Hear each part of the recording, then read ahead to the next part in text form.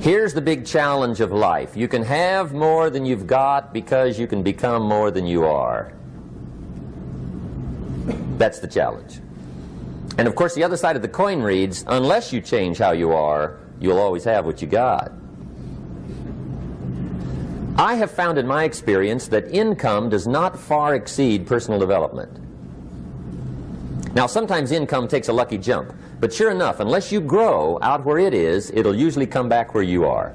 Life has strange ways. If somebody hands you $1 million, best you become a millionaire quickly, so you get to keep the money. Otherwise, sure enough, it'll disappear. Somebody once said, if you took all the money in the world, divided it up equally among everybody, it would soon all be back in the same pockets. Incredible. Success is something you attract, not something you pursue. Success is looking for a good place to stay. So instead of going after it, you work on yourself. Personal development. See, the major question to ask on the job is not what are you getting. The major question to ask on the job is what are you becoming? See, the big question is not what am I getting paid here. The big question is what am I becoming here? Because true happiness is not contained in what you get. Happiness is contained in what you become. So that's our major subject for tonight, personal development. Of all the assignments Mr. Schoaf gave me at age 25, this was probably the most difficult. In fact, I'm still working on this one. I think it's an unending challenge to see what you can become. The next subject is called basic laws. And it's good to study the basics. And I call these basics primarily because they come from the Bible. Now, I'm not a theologian or a minister, and that'll be apparent. But Mr. Schoaf taught me that the Bible was a good textbook for ideas and stories and success equations, how to live the better life. I found out that was true. He also taught me that the Bible is as practical as it is spiritual, and I found out that's true. If you look at your bank account and your income and you're not happy, there are several places in the Bible to check to see what the heck's wrong so you can make the changes. And we're going to cover some of those tonight, called basics. Okay. The next subject is my favorite, setting goals. Mr. Schoaf taught me how to set goals. What a favor that was. One morning at breakfast, shortly after I met him, he said, Jim, let me see your current list of goals and let's go over them and talk about them. He said, maybe that's the best way I can help you get a better direction started. And I said, I don't have a list. He said, well, is it out in the car or home somewhere? I said, no, sir. I don't have a list anywhere. He said, well, young man, that's where we got to start. He said, I can tell you right now, if you don't have a list of your goals with you, he said, I can guess your bank balance within a few $100s. Which he did. And that got my attention. I said, you mean my bank balance would change if I had a list of goals? He said, drastically. That day I became a willing student how to set goals. And sure enough, learning how to set goals changed my life. And I often wondered why no one had ever taught me how to set goals up until age 25. I went to high school, but if they offered it, I missed it. I went to college for a year, never heard it. I worked for Sears. Really. And to my knowledge, Sears never taught it.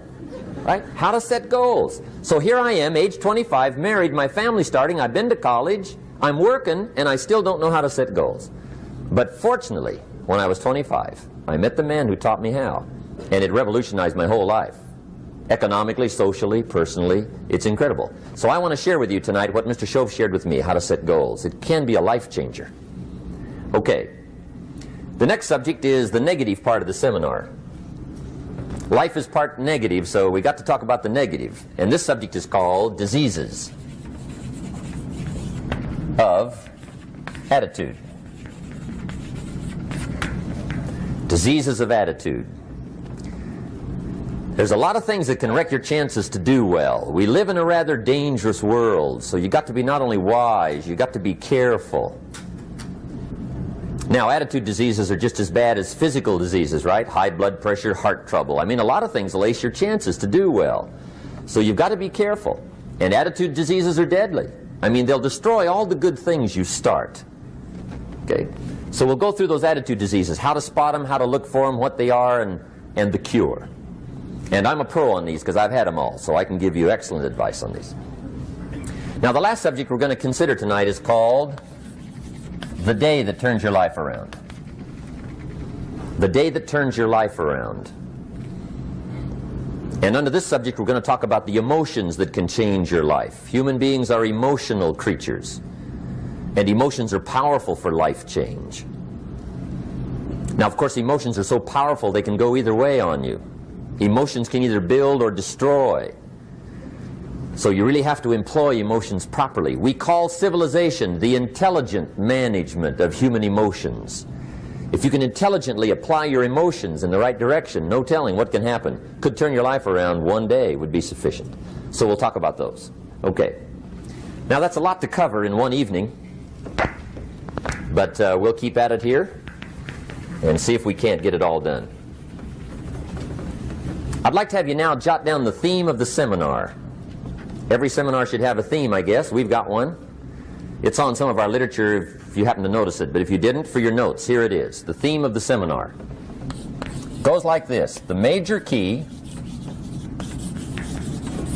to your better future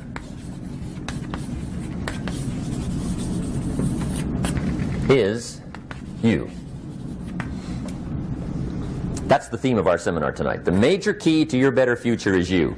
And I'd like to have you underline two words just to give it some added punch. Underline the word major and the word you, so that it reads, the major key to your better future is you. Now, my first suggestion is transfer this to a card or something where you can put it up, where you can see it every day. Preferably put it up where you can see it at the beginning of the day, before you go off to put the day together. This is a good phrase just to glance at, to keep in mind as you're putting the day together. It's called the silent seminar. If you'll just let this talk to you during the day, I found it to be tremendously helpful. The major key to your better future is you. For a big share of my life now, I didn't have this one quite figured out. Among a lot of things I didn't have quite figured out. Many things used to puzzle me back in those early days. I used to wonder why two people could work for the same company, one make twice as much money. Now see, that used to puzzle me.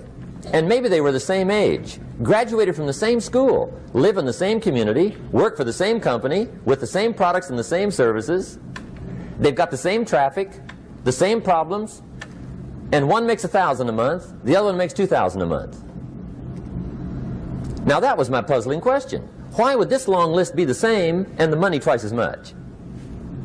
I asked, what's the difference between $1,000 a month and $2,000 a month? And I don't mean $1,000 a month, right? I could figure that out. But what makes the difference? Why would one person do twice as well, 3 times as well? Speaking economically. Now, I know there's more than one way to do well. I understand that. But in this little narrow area called compensation, what's the difference?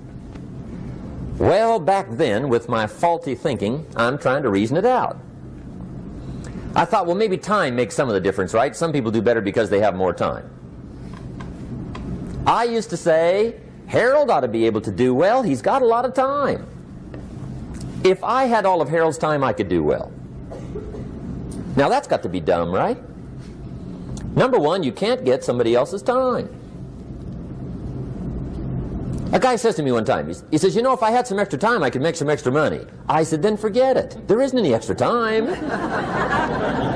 Hey, when the clock strikes 12 midnight, that about wraps it up, right? I mean, you can look around the gongs there for a little more, but it's over. You say to the guy, what are you doing? He says, I'm looking for extra time. See, they'll come and take you away, right? There isn't any more time. Now, if you can't get more time, which you can't, what could you get more of that would make a difference in economic results? And here's the key word. Make it a part of your notes. We're going to consider it tonight. The word is value.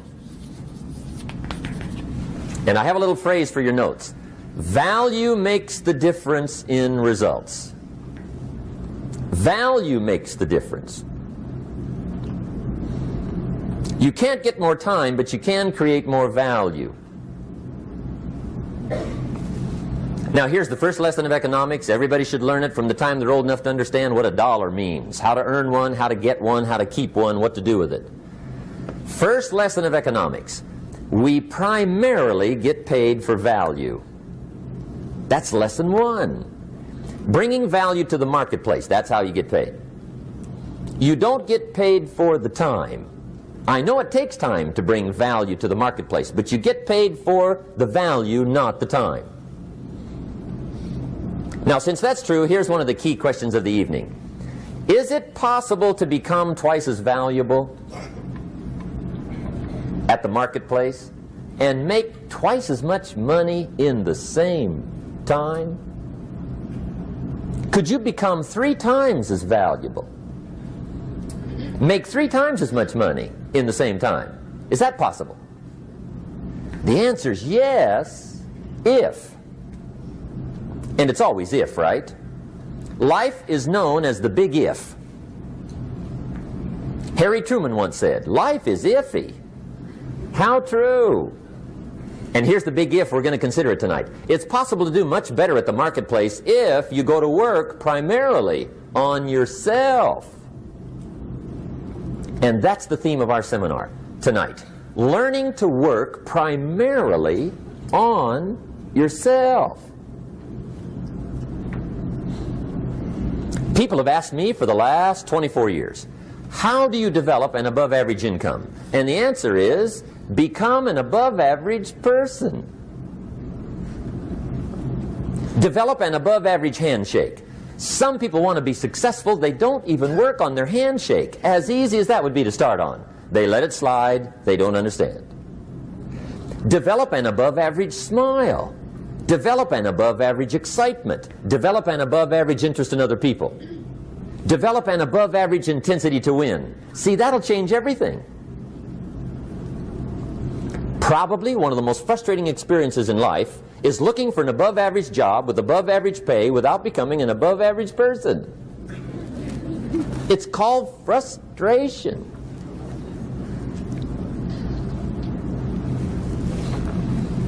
And Mr. Schoaf gave me probably the greatest clue he gave me when I first met him. He said, Jim, if you want to be wealthy and happy the rest of your life, just learn this lesson well. He said, learn to work harder on yourself than you do on your job.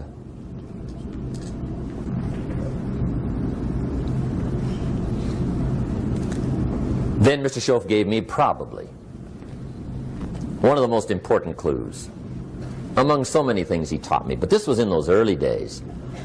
Mr. Schoaf was very kind, but he was also very abrupt.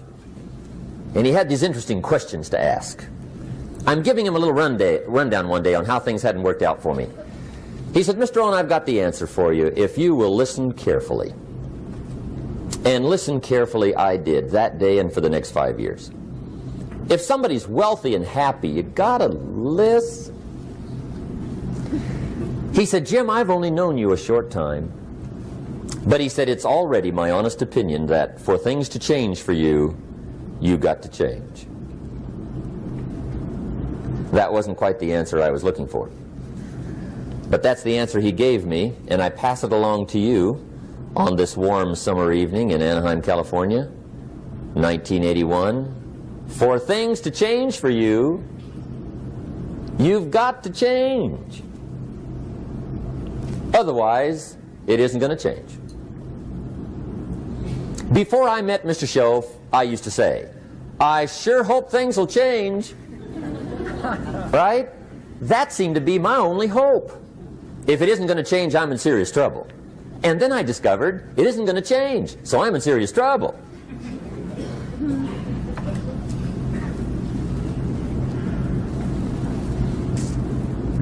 See, I can tell you what the 80s are going to be like. You have dropped into the right place.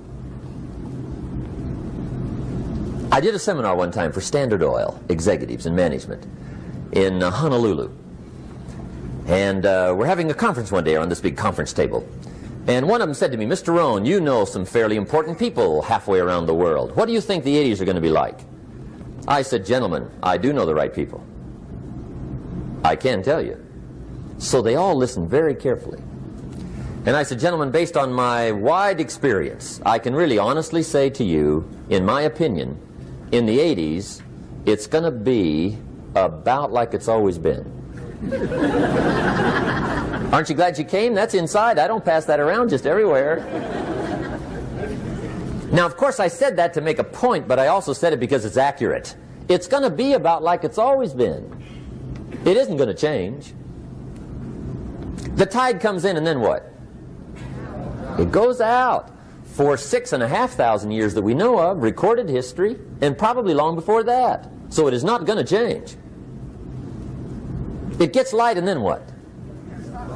It turns dark. 6,500 years. See, it's not likely to change. And we're not to be startled by that.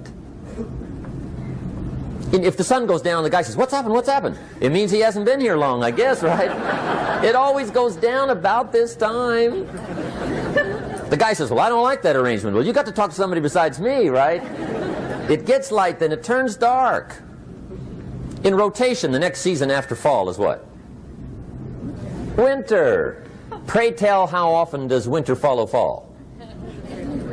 Every year regularly for the last 6,500 that we know of. See, it is not going to change.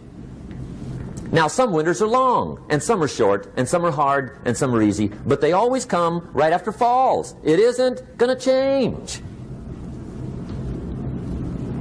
Sometimes you can figure it out, sometimes there's no way to figure it out. Sometimes it goes well, sometimes it gets in a knot. Sometimes it sails along, sometimes it gets in reverse. See, that's not going to change. The last 6,000 years reads like this: opportunity mixed with difficulty. That's how it reads. It isn't going to change. The man says, well, if it isn't going to change, how will my life ever change? Answer, when you change. And whether I'm talking to high school kids or business executives, my message is always the same. And it goes like this: the only way it gets better for you is when you get better.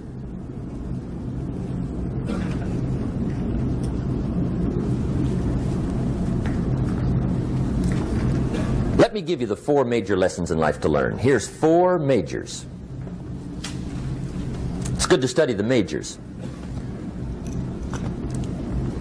In our weekend seminar we teach. Some people don't do well because they major in minor things.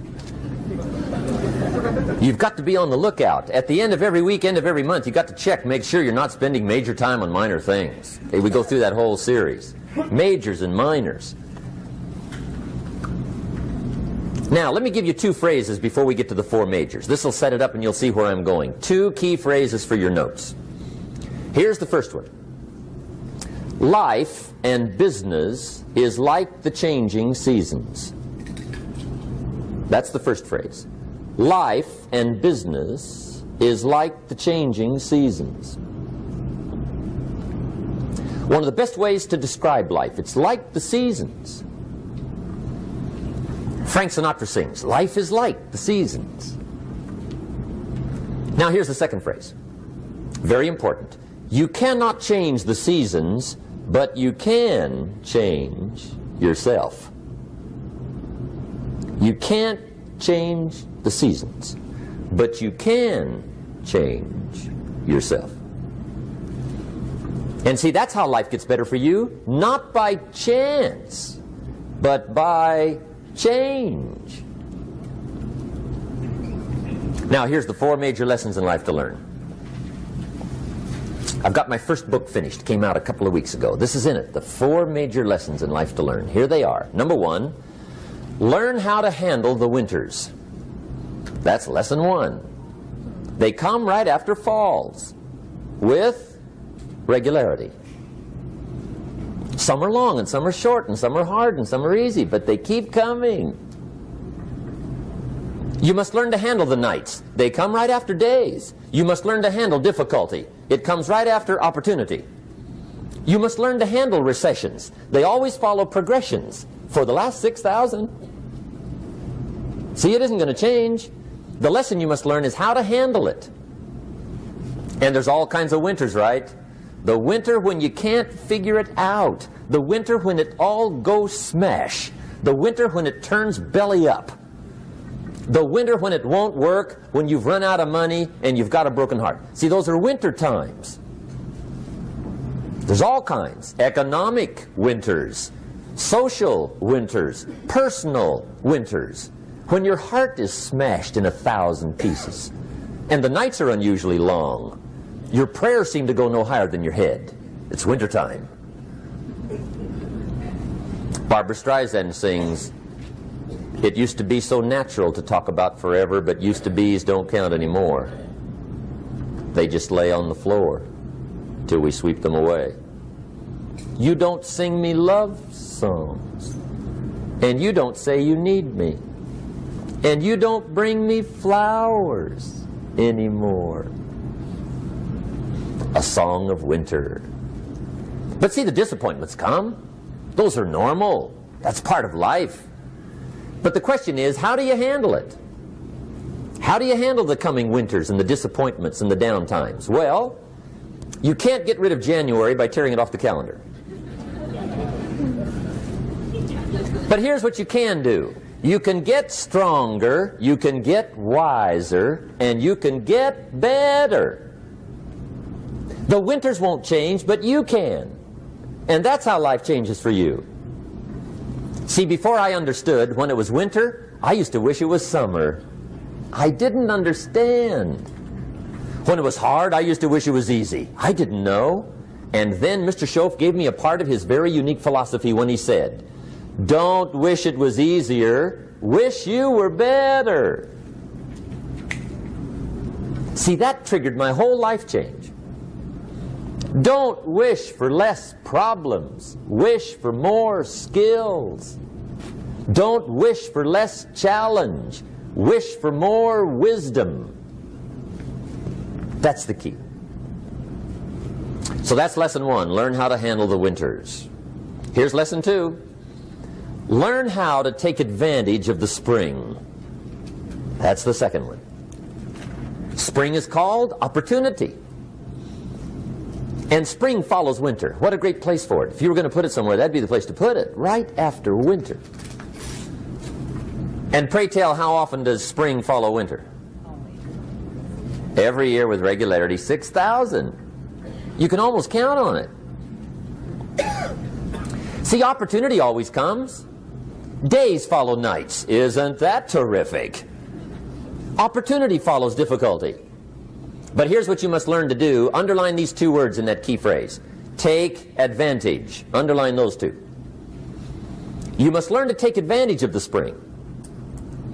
See, just because spring rolls around is no sign you're going to look good come fall. You got to do something with it. In fact, you have to get good at one of 2 things in life. Planting in the spring or begging in the fall.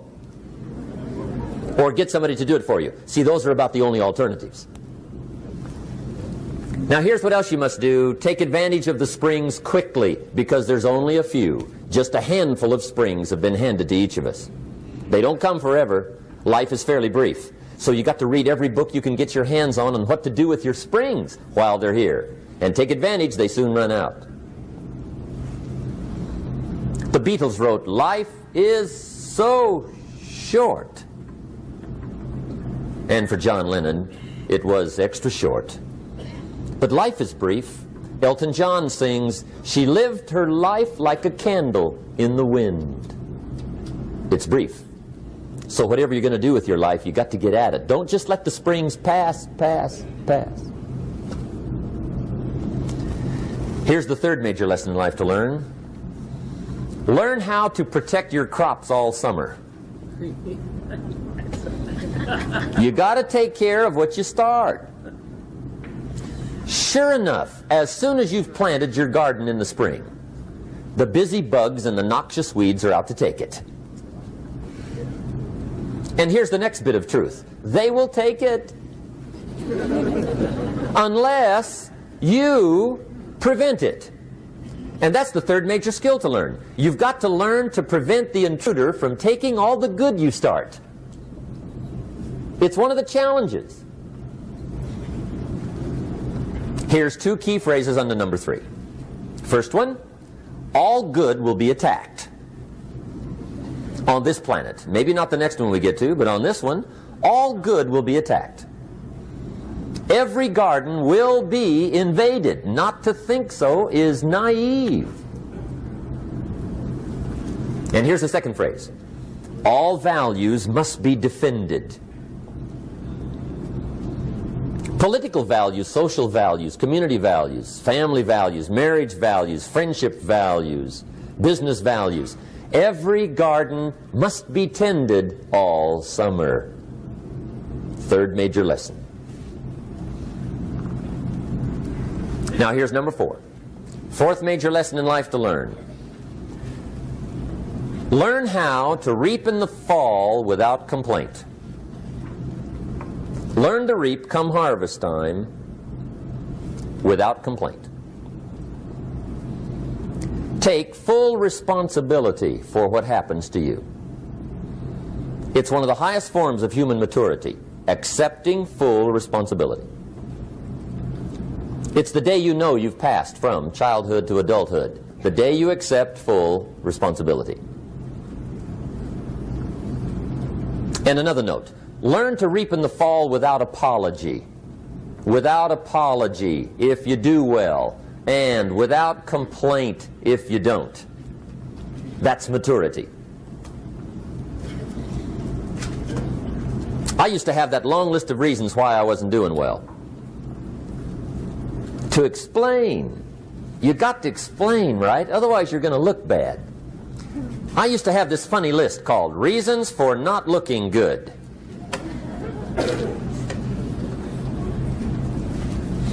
I used to blame the government. I mean, you can believe that or not. It was at the top of my list. I had a lecture second to none. The government. That was on my list. I used to blame taxes. Look what you got left after they take everything. And they expect you to do well.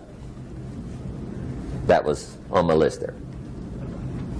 Prices, that one's easy, right? You walk into the supermarket with $20, come out with a little half bag. So I had that on my list. I used to blame the weather. I blamed the traffic. I used to blame my car. I blamed the manufacturers. I used to blame the company. I blamed company policy. I used to blame the training program. I blame my negative relatives. They were always putting me down. I blame my cynical neighbors. They're just selfish, looking out for themselves. Won't loan you money? They were on my list.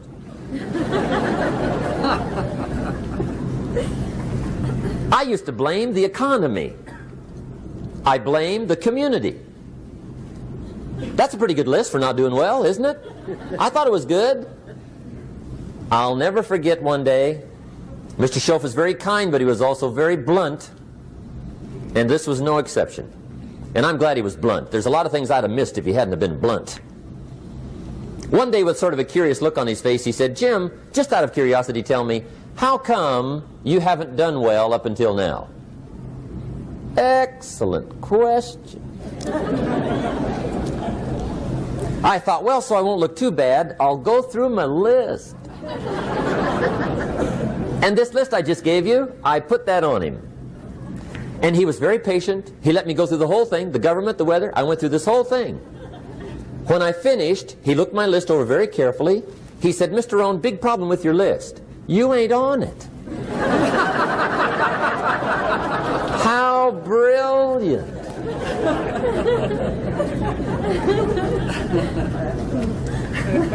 When I went to work for him a few months later, I learned very quickly to tear up my list, reasons for not doing well, and I threw it away. And I got me a fresh piece of paper. And I put one word on it. Me. There's a Black Heritage spiritual that says, "It's not my mother nor my father, nor my brother nor my sister, but it's me, O Lord, standing in the need of prayer." See, I used to blame everything outside. And then let me give you a little philosophy that helped turn my life around. For your notes, here it is. It's not what happens that determines the quality or the quantity of your life. It's not what happens. And the reason is because what happens happens to about everybody. No different. The sun went down on all of us last night. A common event, a happening. And I found out that the same things can happen to two different people. One gets rich and one stays poor. Why is that? It's because it's not what happens, but rather it's what you do that changes everything. So that's a key phrase. It's not what happens, it's what you do. What happens is about the same. You might put that in parentheses here. Same. What people do, that's what's different. Anything can happen, right? Everything can happen. I've heard all the stories. I've been one of the stories. Hey, we could all tell stories all night long, right? Happenings. Anything can happen. Have you heard of Murphy's Laws? Anybody here heard of Murphy's Laws? Okay, most of you have. Murph had these laws. One of them was, if anything can go wrong, it will. That's one of Murphy's Laws. He was not one of the great positive speakers of the day. But anyway, it's still true though, right? Anything can go wrong, everything can go wrong. For sure. I've fallen out of the sky so many times. Once to the tune of a couple of million. Devastating. Took me a while to survive that one. Now, it wasn't all that much, but it was all I had. Right? I mean, that's when it's much, right? When it's all you got. If you got 3, 2 go, you got 1 left, you ain't looking that bad. But when it all goes. Has anybody been there when it all went? Anybody? Come on, the rest of you liars. Go ahead. Hey, we've all been there, right? When it all went. Of course, it used to be a long time ago, right? When you ran out of money, got to 0, you were all through. Heck, now you can whistle right on by 0, right? I mean, they will bury you. That's what they will do.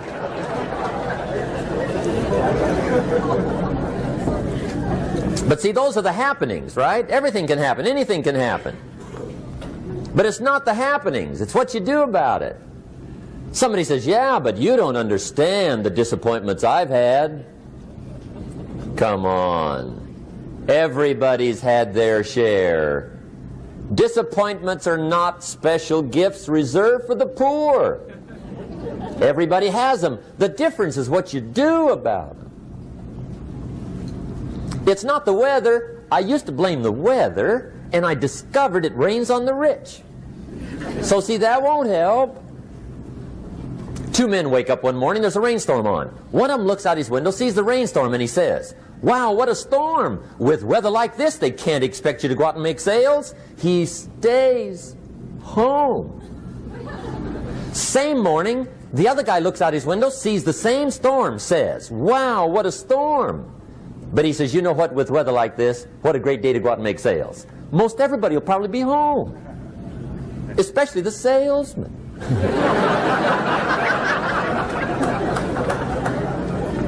See, that's the difference in how your life works out. It's not what happens, it's what you do. So here's one of the key questions of the evening. Starting tomorrow, what are you going to do that'll make a change in your life's direction? Good question. What are you going to do starting tomorrow that'll make a difference? Now see, if you don't do something starting tomorrow that'll make a difference, guess what? It's gonna be the same. And see, that way you can guess what the next 5 years are going to be like. Look at the last 5. Because the next 5 are going to be like the last 5 unless you, major key, tomorrow, change it all. Or change a little, or change something, or don't change. It's choice time. You can do whatever you want. But it's nice to know any day you wish you can change your whole life. What can you do starting tomorrow that'll make a difference? Good question. What can you do with economic chaos, massive disappointment? What can you do with a broken heart? What can you do when it won't work? Good question. So if I had a word with you tonight, one-on-one, Just you and me.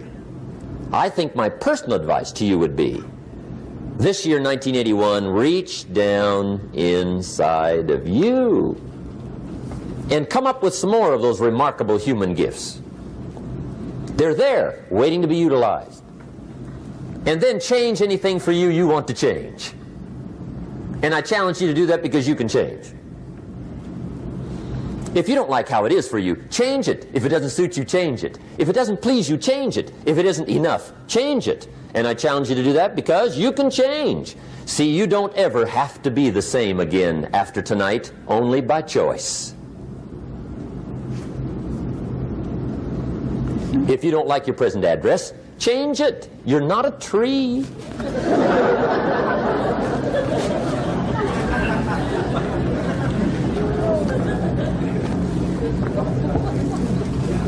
Now, let me give you 3 steps to personal development. Let's get down to the nitty-gritty. What does it take to really make the changes starting tomorrow? It takes more than philosophical pronouncement. I know that. It also takes more than enthusiasm. I know we're hearing a lot about enthusiasm these days, but see, that just won't do the job. We're still hearing the old cliches of the 30s, right? To be enthusiastic, you must act enthusiastic. But see, that's not going to help. After you have leaped about, there are some things you got to do, or it isn't going to change. See, you can get all excited about lifting 200 pounds till you get to the gym. And then you need a new excitement. And the new excitement is called discipline. Major step to human progress. Discipline. If there's one thing to get excited over, that's it. Get excited over your ability to make yourself do the necessary things. What could you make yourself do starting tomorrow that would change it all? No! Tell him. Now, see, that's exciting. On any given day, you can massively change the direction of your life. Murder is a clear example that any one person on any given day can forever alter the course of their life. It just happens to be a negative act. But just as sure as you can commit a negative act, you can also commit a positive act and forever alter your life whenever you wish. Now that's exciting. And whatever that act might be that changes your life. The guy finally takes a shotgun to his car and blows out every window, destroys every tire, puts 100 rounds in this shabby old thing. And he says, I have driven this embarrassing thing for the last time. And not only will I never drive it again, nobody else will ever drive it again. And he lets that shuddering thing stand there for a while as a monument to the day he said, today my life changes. Now who can do that? Anybody. When can you do it? Whatever day you pick.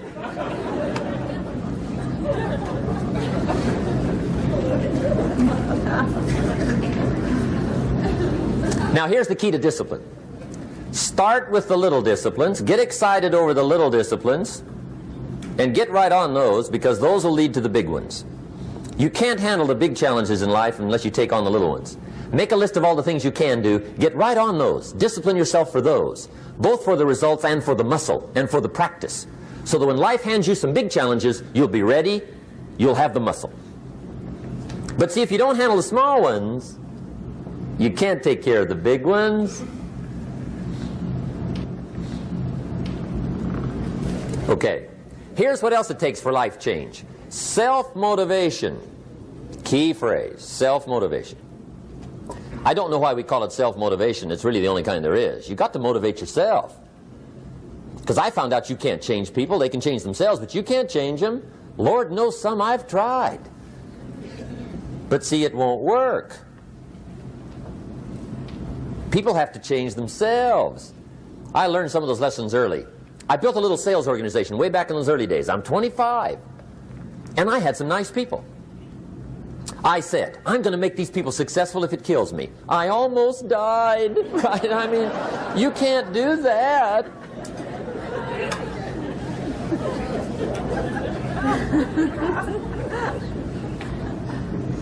See, I've discovered this. Good people are not trained, they're found. You find good people. You don't make them good, you find them good. Training really is for the purpose of finding good people. You don't need much instruction for a good person. Too much training probably means you got the wrong people.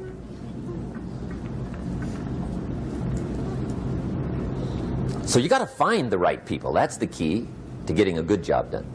One of the major things we learn in management, lesson 1, don't send your ducks to Eagle School.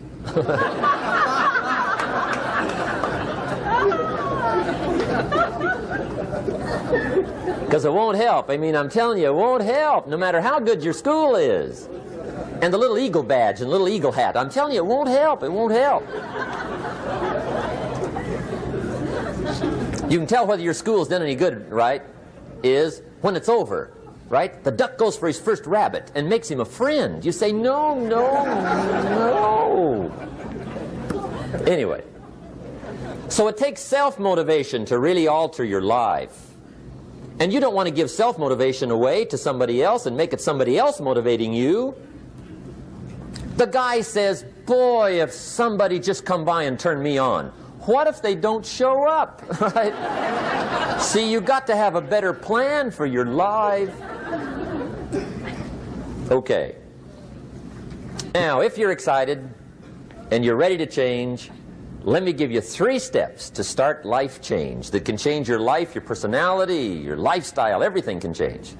Here's the steps. Number 1, find out how things work. The first key to doing better is find out. To change your life, really, you need ideas. There isn't anything an idea can't change. And Schoff taught me the major problem is lack of an idea, not a problem. At first I didn't have any money. I said to Mr. Schoff, I don't have any money. He said, that's not a problem. Now see, up until then I always thought it was. Right? I was confused. He said, no, no, the problem is lack of an idea on how to create money and wealth. It isn't lack of money, it's lack of ideas. So if you get the ideas, see, you can change anything. Now to get ideas, you need a constant study of finding out. Now Schoff also said, when you find out something that works, put the information in your journal. Don't use your head for a filing cabinet. Put it in your journal so that you can do the next best thing. Repetition, repetition, repetition. Go over it. And if you repeat it, go over it, sure enough, someday, some mysterious day, the idea takes root, starts to grow, and shows up in your bank account, and your dress, and your personality, and your lifestyle. But capture the ideas in your journal. Find out how things work. Schoff gave me this word for my life change. He said, study. Great word. If you wish to be successful, study success. If you wish to be happy, study happiness. If you wish to be wealthy, study wealth. Don't leave it to chance. Make it a study. Some people just go through the day with their fingers crossed. See, that won't do it. You've got to study the things that can change your economic, social, spiritual, personal life. Now here's a qualifying phrase. And we'll have several of these qualifying phrases throughout the seminar. Here's the first one. You may not be able to do all you find out. I understand that. You may not be able to do all you find out, but you should find out all you can do. See, you don't want to wind up at the end of your life and discover that you've lived only 1/10 of it. And the other 9/10 went down the drain. Not for lack of opportunity, for lack of information. So that's number 1, find out how things work. Now here's the best human virtue for finding out. Curiosity. Make a note of that. Curiosity. Be curious. You might add a word to it that'll help. Childish curiosity.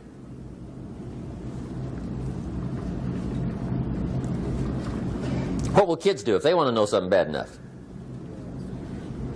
Bug you. That's the phrase. They can ask 1,000 questions. You think they're through? They got another 1,000. They'll drive you to the brink. It's a virtue. when you got to know. Be like a child. In fact, Jesus, the master teacher, said, unless you can become like little children, you might as well forget it. You don't have a prayer. Excellent advice. You got to be like children. 4 ways, in my opinion, to be like a child. Number 1 is curiosity, and number 2 is excitement. Get excited like a child over your ability to make yourself do anything for change. 3rd is faith. Have faith like a child. Adults are too skeptical. And 4th is trust. Trust is a childish virtue, but the rewards are incredible. So be like a child. Now, if you're curious, let me give you 3 ways to find out how to change anything. Any life direction, any dimension. Here's 3 ways to find out how to change anything. Number 1 is to read. Become a good reader. All of the successful people I know and work with around the world, they're all good readers. Curiosity drives them to read. They got to know. They just read.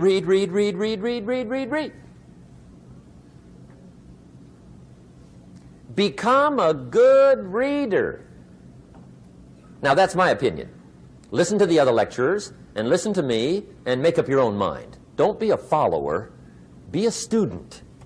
Okay? I say, really, for life change, you got to read. One way to learn is from your own experiences, but another way to learn is from other people's experiences. See, one book might save you 5 years if you read it. Did you know there's books on how to be stronger, more decisive? Be a speaker, be a leader, have a better effect on other people, develop your personality. Did you know there's books on that? And people don't read them? How would you explain that? And they can read.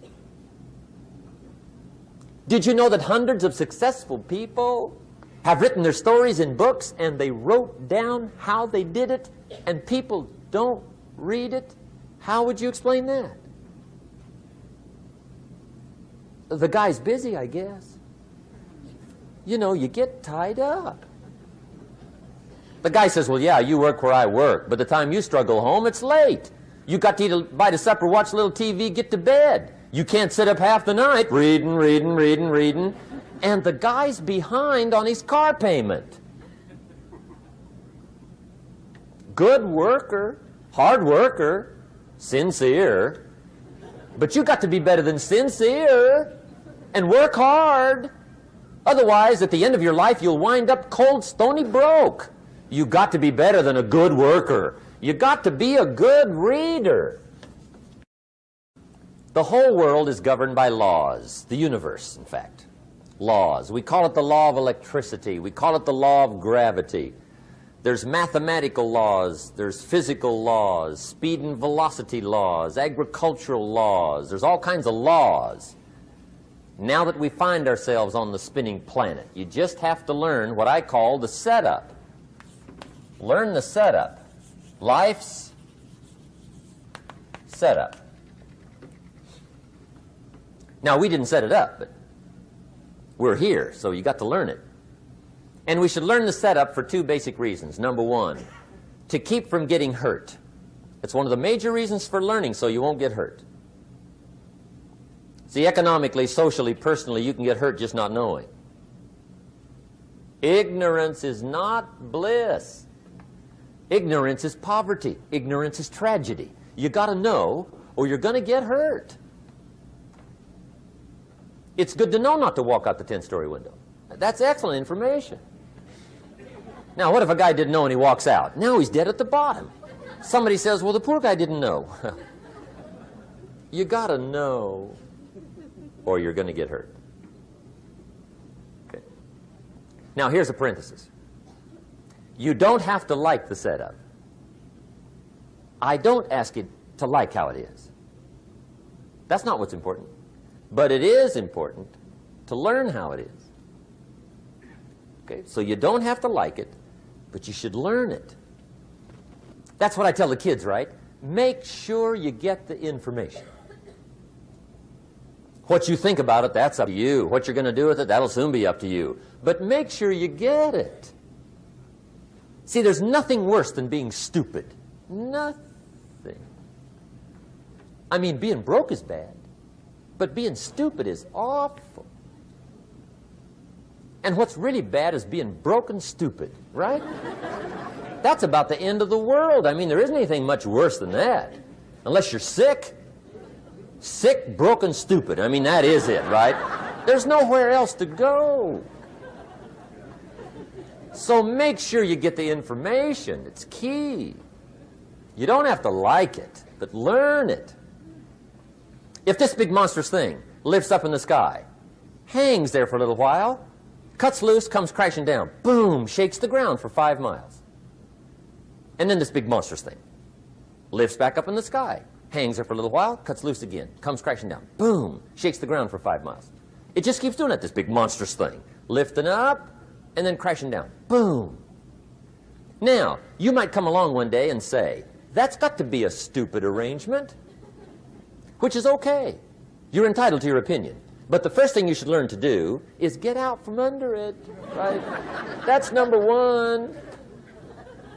You might have a great moral argument. You might want to shake your finger at the sky, but do it from over there, right, so you don't get smashed. It's called your basic smart. So number one, learn so you won't get hurt, whether you like it or not. Learn. Now here's the second reason for learning, the setup, to benefit. It's called the plus of life. And that's what life is, right? Both minus and plus. The minus is tragedy, heartache, misery, failure, unhappiness. But life is also happiness, prosperity, good feelings. So here's the key. Learn to get on the good side of the way things work.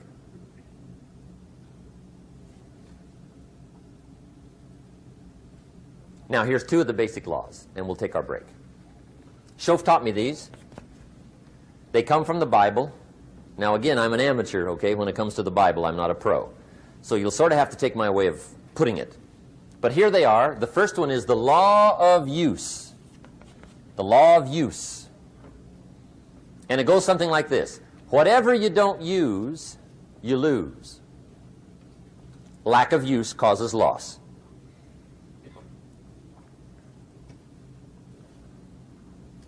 On this planet, maybe not the next one, but on this one, if you tie your arm to your body, leave it there long enough, you'll never use it again. It's over for the arm. Now, it may not be over, but it's over for the arm. The only way to keep the use of this arm is what? Keep using it. If you quit, you lose automatically. They don't bring it up for a vote. You lose automatically when you quit. Now, the same thing that goes for your arm goes for your brain, mentality. The same thing goes for all the human virtues. Ambition, unused, declines. Strong feelings, unused, diminish. It doesn't grow, it diminishes. Faith, unused, decreases. It's a law. Vitality unused diminishes. Energy unused decreases. The guy says, well, I'm going to save up my energy. You can't do that. That's like trying to save today, put it on the end of the year. See, you can't do that. They'll come take you away. If you don't use today, what? It's lost. The guy says, well, I'll work twice as hard tomorrow to make up for it. See, that's foolish. You could have done that anyway. Today unused is lost. A talent unused is lost. An ability unused is lost. So here's one of the key expressions of the evening. Take a new inventory of yourself. Starting tomorrow, new project. Take a new inventory. And make sure that all of your talent and ability and mentality and ingenuity and vitality and strong feelings, faith, courage, make sure that all you've got's being used. Otherwise, you lose. Now, one of the best illustrations of the law of use is a Bible story called the Parable of the Talents. The talent story. Interesting story if you haven't read it in a while. Just review it. It's a good story. An ancient story. It says there was a master with 3 servants. He got them together one day and he said to the 3, I've got these talents. And in those ancient days, a talent was a measure of gold. And he said to the 3 servants, take these talents and see what you can do with them while I'm gone. He said, I'm taking a journey and I'll be gone for a while. When I come back, we'll get together, go over the book, see how you did. He said, here's 5 of these talents for you. 5. Here's 2 of them for you. 2. And here's 1 for you. 1. The master said, take those talents, see what you can do with them. When I come back, we'll get together, we'll go over it all. The servant said, okay, master takes off. According to the ancient story, the master comes back from his trip. When he gets back, he gets the 3 servants together, and as he said he would, he asks, how did it go with those talents? You were 5. What happened? That servant said, well, I took the 5 talents you gave me, and I put them to work. A little shaky at first, but he said things finally got rolling. And he said, I poured it on. And he said, my talents grew to 7, 8, 9, 10. He said, I doubled my talents from 5 to 10. Books will show. Master said, one heck of a job. Or something like that. He said, I gave you 2 talents. What happened? That servant said, about the same thing happened to me. I put those 2 talents to work, poured it on. They grew to 3 and then to 4. He said, I doubled my talents from 2 to 4. Books will show. Master said, well done. He said, I gave you 1 talent. What happened? That servant said, well, I took the talents you gave me, and I carefully wrapped it, and I dug a hole and buried it. And camouflaged it, I suppose, right, so nobody would steal it. And he said, fortunately, nobody got it. And he said, I knew you were going to be here today, so I dug it up. Here it is, safely wrapped. I did not lose it while you were gone. According to the ancient story, the master said, take that talent away from him and give it to the man that's got 10. Now you might say, well, I don't like that arrangement. The poor guy's only got 1 talent. He's already got 10. It ought to be more even. Remember, I didn't ask you to like it. But this one I would ask you to learn, because it simply means whatever you do not employ, you forfeit. It's a law. So learn well the law of use. Now here's the second one, and we're going to take our break. Second law from the Bible. This one we've heard since we were small, I'm sure. It's called the law of sowing and reaping. In fact, we've probably heard it so often we could quote it. It says, whatever you sow, what? You shall reap. Fairly blunt, hopefully clear. Here's my first suggestion on the law of sowing and reaping. Don't try to beat it. You might as well try sitting on the sun in the morning. Keep it from coming up. You'll have better luck. Whatever you sow, you reap. Now, for a fair share of my life, I'm a bit mixed up on how all this applies. Among a lot of things I was mixed up on. I knew I wasn't reaping too good. That I understood. My problem was I was confused about what was causing it. Remember me with the funny list? I thought those are the reasons why it isn't working out well. And then Mr. Schoaf gave me the clue that helped me figure it all out. He said, Mr. Rohn, I have another answer for you. There's another way to quote this law that'll show you where the problem is so you can go to work on it right away. All you need to know is where the problem is. Then you can go to work on it. So he quoted me the law another way, and I found out what my problem was. Here's the way you quote the law. Whatever you reap is what you've sown. Now I knew what my problem was. Whatever you reap is what you've sown. If you don't like the crop, who do you look up? Answer, whoever planted it. And where do you find who planted your crop? Answer, in the mirror. What I finally learned to do come fall was to go to the mirror. That's where you go.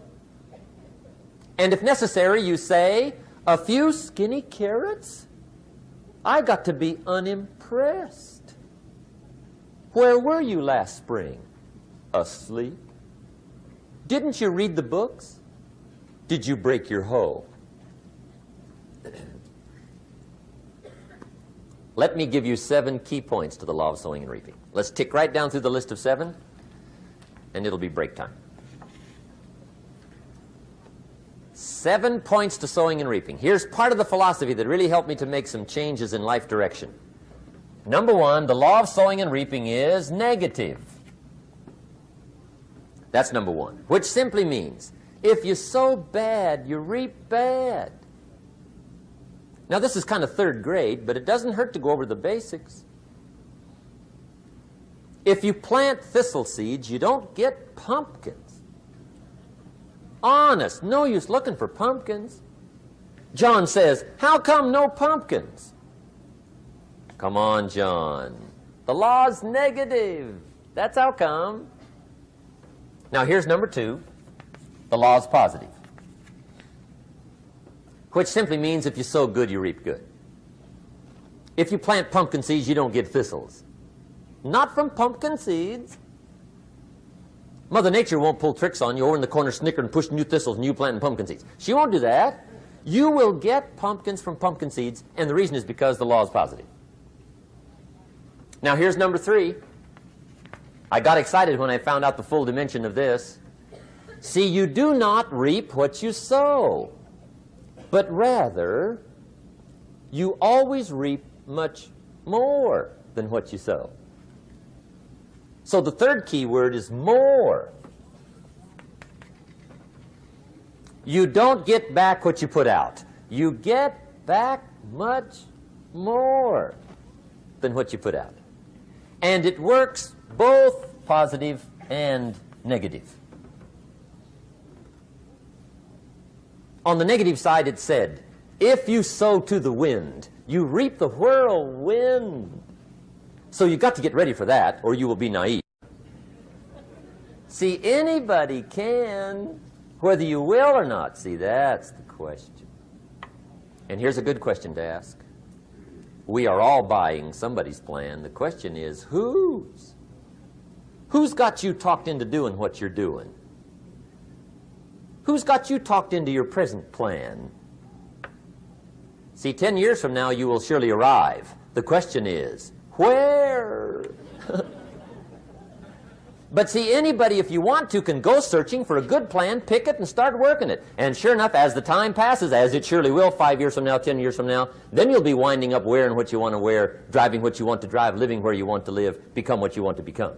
But now's the time to fix the next 10 years. And who can? Anybody. Here's number 6. The 6th key to sowing and reaping. This is leveling with you now, as we promised to do. There's one thing better than the truth, and that's the whole truth. And here's part of the whole truth of the law of sowing and reaping. Number 6 is, you could lose. There are times when you just lose, no matter what you do. It's that kind of planet. You reap what you sow, yes, but... What does that mean? Yes, but. Well, the farmer plants his crop in the spring, takes care of it all summer, loves his family, works 10, 12 hours a day, 6, 7 days a week, is an honorable man. Come fall, he's got a beautiful crop, and he deserves every bit of it. But the day before he sends the combines into the field, a hailstorm comes along and beats it all in the ground, which means you lose. Somebody says, well, what did he do wrong? Answer, nothing. It's just that kind of planet. Sometimes it's going to hail on your crop and rain on your parade, so you got to get ready for that or you will be naive. That's just part of the life arrangement. And don't press me why. I was not in on some of the original decisions here, so I don't know how it got set up. But there's just times, sometimes you lose. That's part of life. But now here's number 7. The 7th key to sowing and reaping. And it goes like this. It's just another way to quote the same law. And it goes like this. If you don't sow, that's just another way to quote the law. If you don't sow, what? You don't reap. You don't even have a chance. So if you looked at your game plan tomorrow, you might come to the quick conclusion, I got to get some sowing going. How true. Get you some sowing going. And remember, you've got plenty of time. You've got all the time there is. Some people spend enough TV time to make a fortune. The latest article on television watching in this country, according to the latest article, the average television is on in this country in every household 7 hours a day, called the Big 7. I asked a guy one time what his TV cost. He said about $450. I said, you forgot to look at the price tag. He said, what do you mean? I knew he was a TV watcher. I said, that television costs you, in my opinion, at least $12,000 a year. To watch it, not to own it. Owning it's cheap. Watching it is what's expensive. And I said, hey, $12,000 a year is too much to pay to watch TV. That's too much. Pay a little, but not $12,000. And he's the guy that said, I hope pay TV never comes.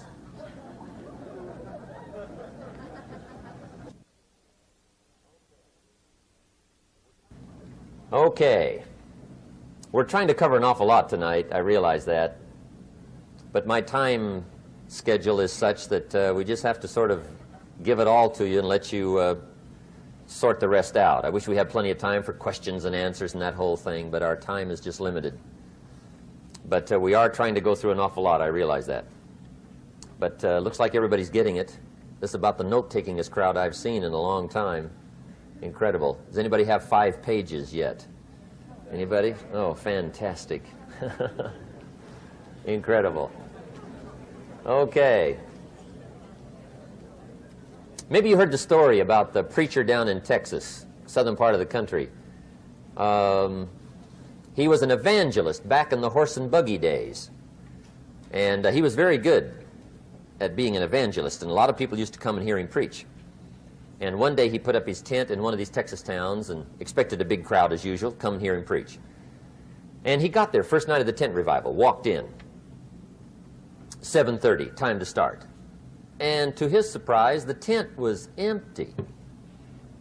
He thought, well, something must be drastically wrong. So he waited till 7:45, nobody showed up. 8 o'clock, zip.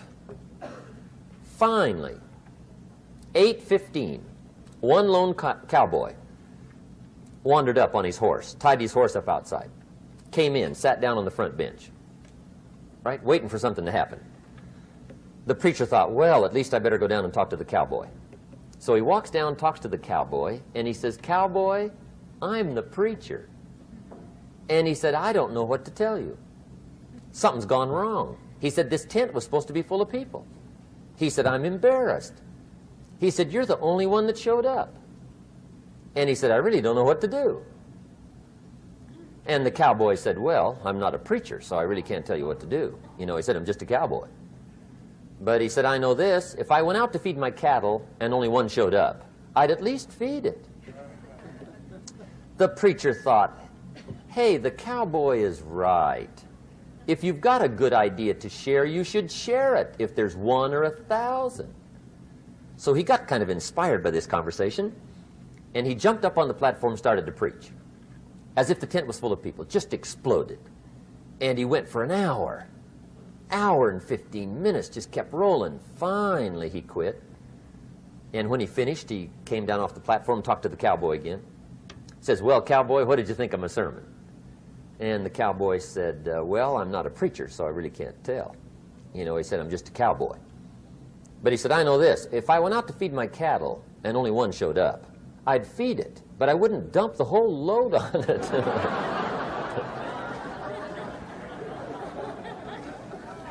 So anyway, if it seems like we're dumping the whole load tonight, I guess we are. But gosh, everybody's doing well. I'm having a good time. I appreciate the response here tonight. Okay, the next subject is setting goals. Let me show you what turned my life every way but loose.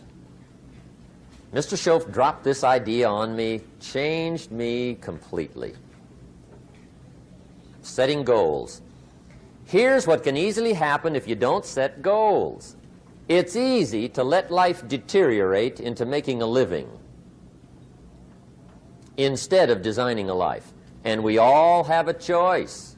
Make a living or design a life. It's easy to get trapped by economic necessity and settle for existence rather than substance. That's easy. But the best advice I can give you on how to break out of that trap is to learn how to set goals. Mr. Schoaf put it to me this way. He said, Jim, if you had enough reasons, you could do the most incredible things. I never forgot how he put that. If you have enough reasons. See, reasons will change your whole life. Mr. Schoaf said to me, he said, Mr. Rohn, I think you've got plenty of intelligence, you've got plenty of talent, you've got plenty of ability. Probably what you lack is plenty of reasons. He said, I don't think your current bank balance is a true indication of your level of intelligence. I was happy to hear that. He said, I think you're much smarter than your present bank balance indicates. And that turned out to be true. I was much smarter. But of course my first question was, well then why isn't it bigger? And he said, you don't have enough reasons.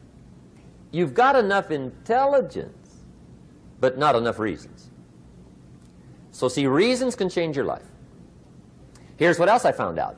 Reasons come first, answers come second. You don't get the answers to do well till you get the reasons. Life has a mysterious way of hanging on to all the answers and only gives them up to the people that are inspired by reasons. So reasons make the difference in how your life works out. Now, what are some of the reasons for doing well? Let's go through a quick list called Reasons for Doing Well. First is personal reasons. Some people do well for recognition. Some people do well for respect. Some people do well for the way it makes them feel. They love the feeling of being a winner. Those are good reasons. I have some millionaire friends that keep working 10, 12 hours a day, making more millions. And it's not because they need the money. It's because they need the joy and the satisfaction and the pleasure that comes from being a constant winner. And see, it's not just the money anyway. It's the journey, not the money. Once in a while somebody says to me, boy, if I had $1 million, I'd never work another day in my life. That's probably why the good Lord sees to it they don't get their million, right? They'd quit. They'd quit. Okay. Next is family reasons. Some people do extremely well for other people, and that's powerful. Human beings can greatly affect each other. Sometimes we will do things for somebody else we will not do for ourselves. We're made that way. I met a man one time who said, Mr. Rohn, to do all the things I want to do with my family around the world, he said, I got to have at least $250,000 a year. I thought, incredible. Could a guy's family affect him that much? And the answer is, of course. How fortunate are the people that find themselves greatly affected by somebody for personal achievement. And we are affected. The writer of a recent song said, "If not for you, the winter would hold no spring, couldn't hear a robin sing. I just wouldn't have a clue if not for you." So we can be affected. That might be one of the most stimulating reasons to do well, finding somebody. When Andrew Carnegie died, the wee little Scotsman that built the big steel industry, when he died, they opened up his desk, and in one of the desk drawers, they found a slip of paper. On that piece of paper, Mr. Carnegie had written his goal for his life, and he wrote it when he was in his 20s. And on that piece of paper, it said, "I'm going to spend the first half of my life accumulating money. I'm going to spend the last half of my life giving it all away."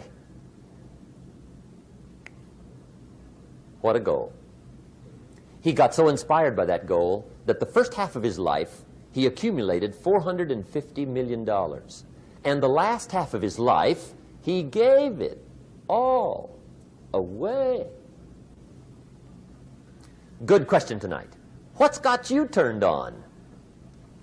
What's got you bombed out of sight to get up early and stay up late and hit it all day? Next question. What's got you turned off? When I found the answers to those two questions, my life exploded into change. I finally found out what had me turned off, and I got that cured. And then I got me a long enough list of reasons to turn me on. And once the lights went on for me, age 25, they've never gone out. I've fallen out of the sky a few times, but I've never lost that drive to make something unique out of my life. See, reasons altered my whole life. Now, there's another list of reasons called nitty-gritty. Hard little reasons.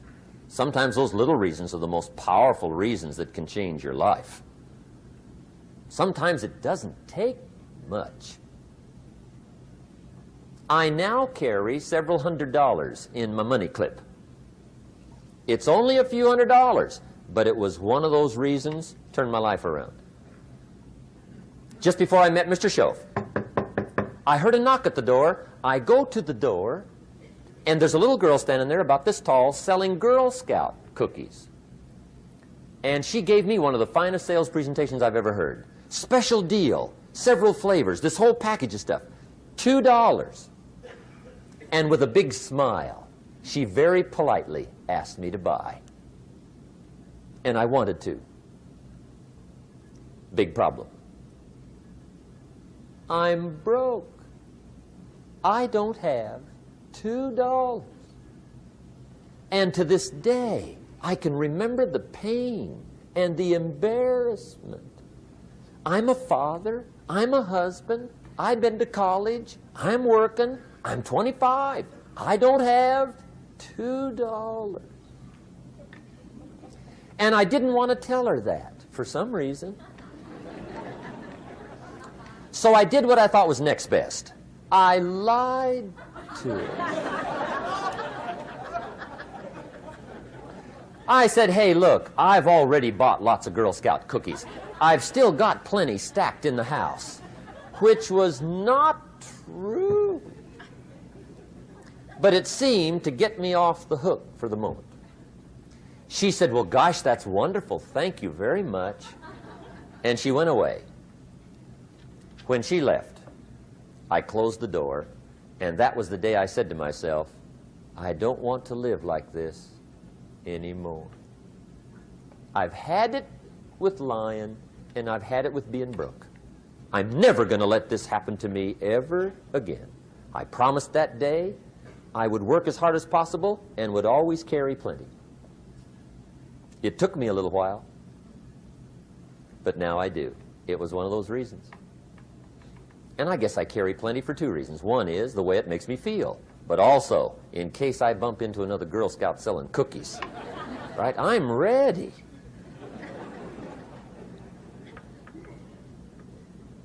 I walked out of the Bank of America one time up in Saratoga, California, where I used to live.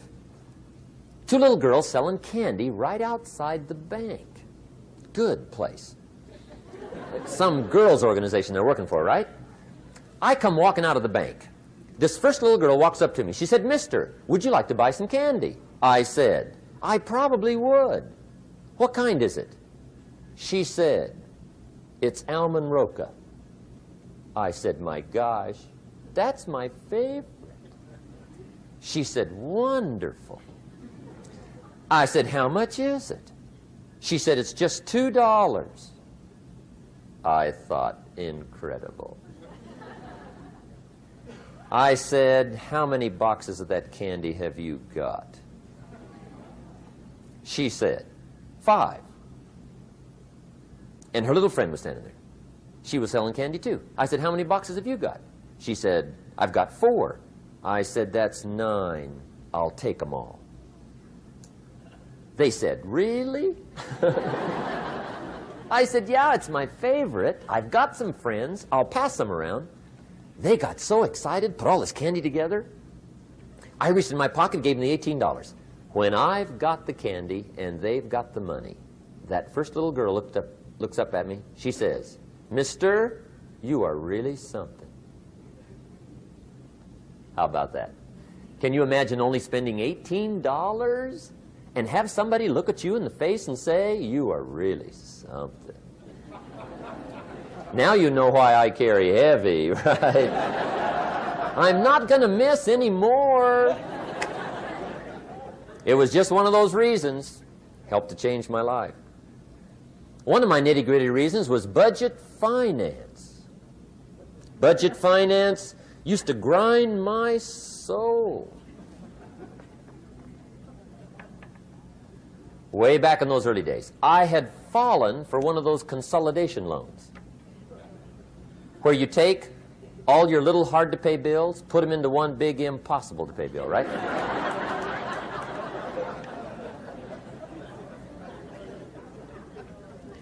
I would get 4 or 5 payments behind. This one guy used to call me day and night.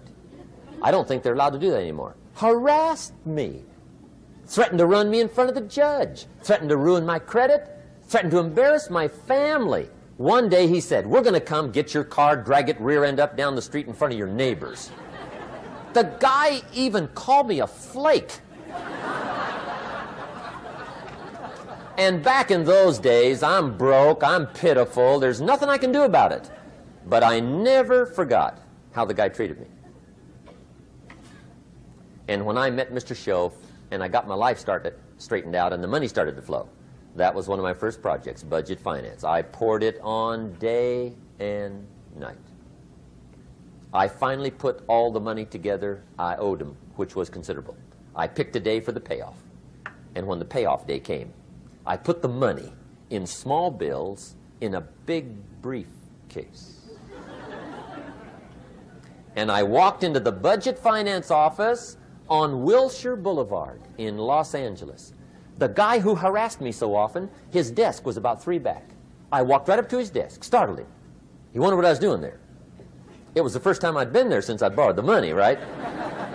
Without saying a word, I opened up this briefcase, dumped this pile of money all over his desk. I said, "Count it. It's all there. I will never be back." And I turned around and stormed out. Now, that might not be noble, but if you haven't tried it, you've got to one time.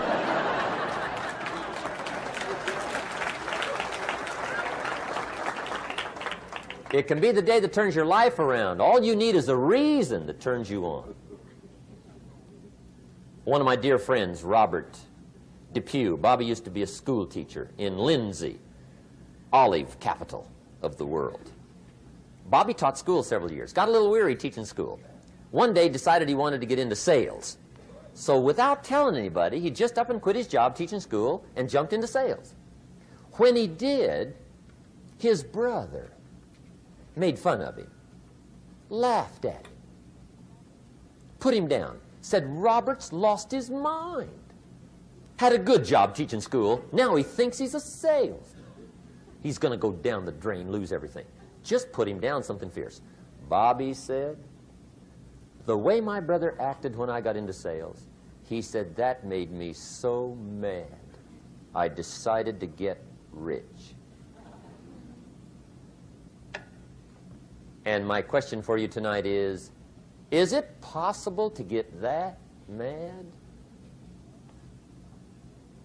Of course.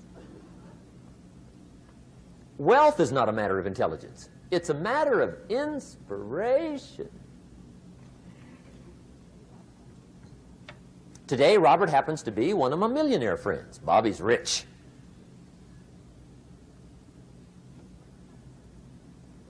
Frank Sinatra said one time, the best revenge is massive success.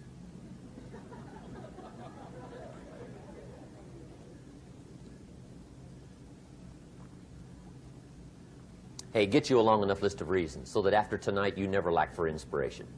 You might not have all the answers right away, but you can get the answers if you can get the reasons. Now, let me give you a little simple formula for goal setting. Okay? We take 2.5 hours on the weekend for the whole 10-year plan. We don't have time for that tonight. But let me get you started with a little simple formula Mr. Schoaf gave me. And maybe this will be helpful. First of all, I've divided goals into two parts. First is long range. Long range goals. That's your dreams. Your dreams for the next 3, 5, 10, 20, 30, 40 years. Actually, the rest of your life. Your dreams. You've got to keep dreaming. Ronald Reagan, president, said to the joint session of Congress a few weeks ago, the Republic is a dream. And if we don't keep dreaming, we will lose the Republic. Your better future is a dream for yourself and for your family. Where do you want to go? What do you want to do? What do you want to be? What do you want to see? You've got to dream dreams. There's a Bible phrase that says, without dreams and visions, people perish. You've got to have something to go for that inspires the heart and the soul. Dreams. From the children of Sanchez, it says, take the crumbs from starving soldiers, they won't die. Take the bread from hungry children, they won't cry. But without dreams, we all will die. You've got to dream. Don't lose your dreams for yourself, for your future, for your family. The dreams of love and enterprise and travel and doing things, becoming something unique on your journey here. Don't lose your dreams. Do some dreaming. That's long-range goals. You've got to have those. So that's number one.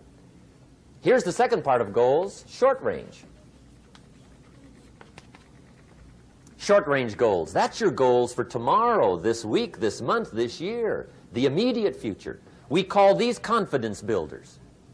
Because if you set up something short-range, go for it, get it, latch onto it, work hard, accomplish it. That starts building your strong feelings to go for your dreams. Now, I've divided goals into 3 categories. Here they are. Number 1 is economic. That's your goals for money, income, business, profits, production. Economics. Make sure you've got your economics well planned. Economics plays a major role in everybody's life. Economics is major, which means it ought to be meticulously well planned for tomorrow, this week, this month, this year, long range. What if you asked somebody tomorrow if you could see their meticulously well-planned list of economic goals? What would they probably say? They say, you some kind of a nut? You must be weird. Hey, I found out what success is. Success is doing what the failures won't do. Make sure you've got your economics well planned. It'll put you in the top 5%. One of the key little subjects we talk about on the weekend is the 7 fundamentals for wealth and happiness. And that's one of them, well-planned economics. It's a fundamental if you want to do well. Join the top 5%. Anybody in this room can join the top 5%, if you will. Okay. Now here's the second category of goals, things. Make a list of the things you want. And on my list of things, now I put everything. Little things as well as major things. Doesn't matter how small it is, it goes on my list. I used to just put major things, cars, homes. I don't do that anymore. I now load my list with everything. Everything. And the reason is, part of the fun of having a list is checking it off. That's it. Boy, at the end of the day, if you can go, got it, got it, got it, got it, got it, got it, whatever it is, right? You get into the habit. So load up your list, the things you want. Now, when you check off something major, celebrate. That's an important point to make. Celebrate your achievements. Live it up. Have a party when you reach something you've worked for a while. See, we all grow from two experiences. One is called the pain of losing. The other one is called the joy of winning. We need both of them. Amplify them as much as you can, which also means make losing painful. If you set up something, fooled around, didn't get it, put it on yourself. On the other side, if you did get it, congratulate yourself. Self-congratulations is a sign of maturity. Seeking congratulations is a sign of immaturity. But hey, winning and losing, see, that's what it's all about. That's the name of the game. Now, some people lead such mediocre lives, at the end of the day, they don't know whether they're winning or losing. They got no clue. Guy's just going through the day with his fingers crossed. There's a better way. Okay, here's the third category of goals, personal development. Put those goals together. Personal development goals. That's your goals to be stronger, more decisive, be a speaker, be a leader, learn a language, all kinds of skills. Okay? The whole weekend seminar was designed to improve all your skills so that you walk away more skillful. And that's what you want, the personal development skills. That's what attracts, that's what brings good things to your life, the person you become more skillful. Now, this is quite a package to work on. Economics, things, personal development. For tomorrow, this week, this month, this year, long range. Okay? That'll get you started. Now, here's the simple formula for setting goals. It goes like this. A, work on your goals. That's step one. Work on them. And I put the word work there deliberately. Setting goals is plain hard work. I don't want to kid you. We haven't come here tonight to kid each other. It's work. I know it's work. That's why a lot of people just let it slide. It's work. Many people work hard on their job, but they don't work hard on their future. They just let that slide. And the work involved is making plans. I know most people don't. I understand that. But don't let that be you. Guy says, well, yeah, you work where I work, but the time you struggle home, it's late. You've got to eat a bite of supper, watch a little TV, get to bed. You can't sit up half the night. Plan, plan, plan. And the guy's behind. Good worker, hard worker, sincere. But you've got to be better than sincere, working hard. You've got to be better than a good worker. You've got to be a good planner. Somebody once wisely said, the people who fail to plan are planning to fail. Well said. So work on your goals. Here's step 2. Write your goals down. That's so important. I teach my staff around the world, put your goals in your journal. Because one of the major people you want to study is yourself. Say, here's the list of goals I put together 3 weeks ago. Here's the list of goals I put together 2 years ago. Here's some of the changes I made, rearrangement of my priorities. I scratched these off. I put these on. I've gotten these. Study your accomplishments. Study what your desires are. Put them on paper. Write them down. Here's another reason for writing your goals down. It shows you're serious about doing better. And to do better, you got to get serious. You don't have to be grim, but you must be serious. Everybody hopes things will get better. Everybody hopes. Poor people hope. That ought to tell you something. It means the future does not get better by hope. It gets better by plan. I used to have the affliction called passive hope. It's an affliction. It's bad.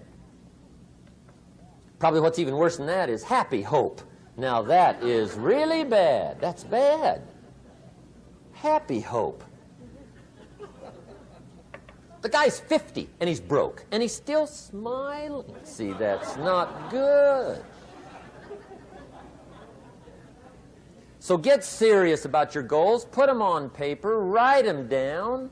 There's all kinds. His goals, her goals, their goals. Business goals, financial independence goals, family goals. I mean, there's so many things to work on this that if you don't get busy and work on it, sure enough, the time will pass.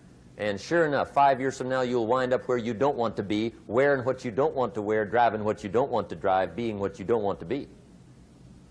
Now's the time to fix it. Now, here's the third step to your goals. Check the size of your goals and the kinds of goals. How big they are, what kind they are, affects you.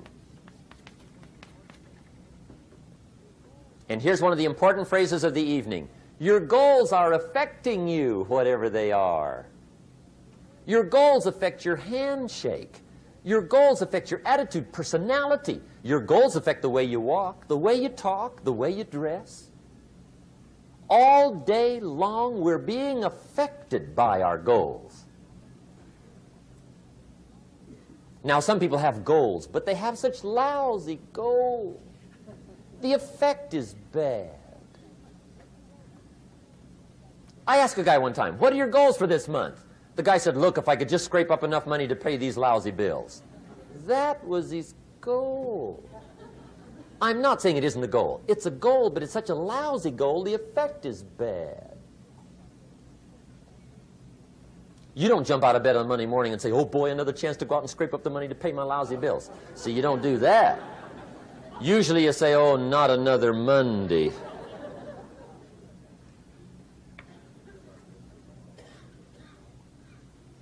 And some people have so given up on life, they have joined the thank God it's Friday club. How sad. Surely those are the same people, when life is over for them, will say, thank God it's over. Let me give you a Bible philosophy that teaches how to get whatever you want. That's the title of the next set of notes. How to get whatever you want. From the Bible. Now again, I'm an amateur when it comes to the Bible. I'm not a pro. But this I can quote, and I think that'll be sufficient. How to get whatever you want. Here's what it says if you're ready. It says, ask.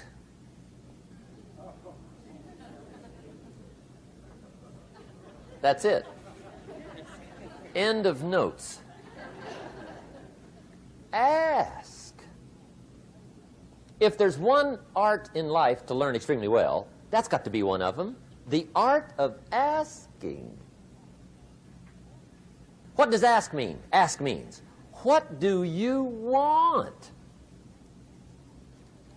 And the formula is staggering. It says ask and what? A guy ought to look into that.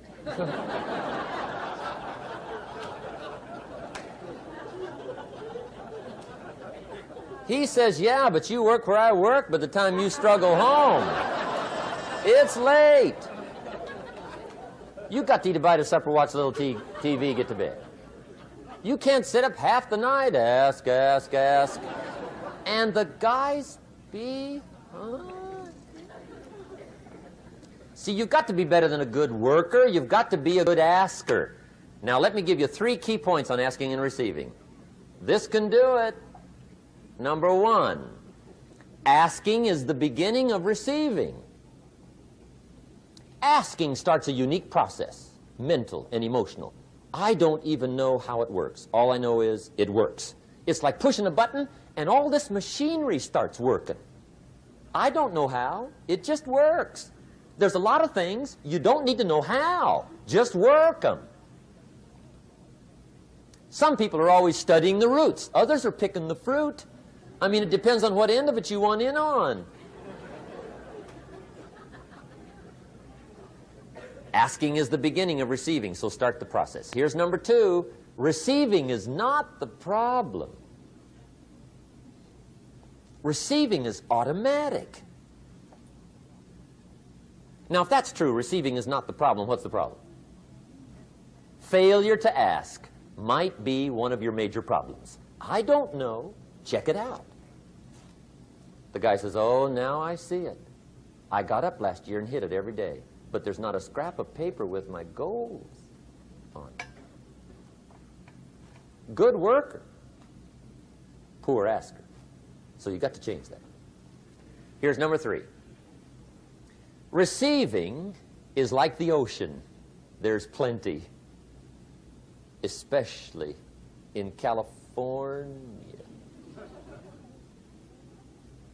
It's like an ocean here.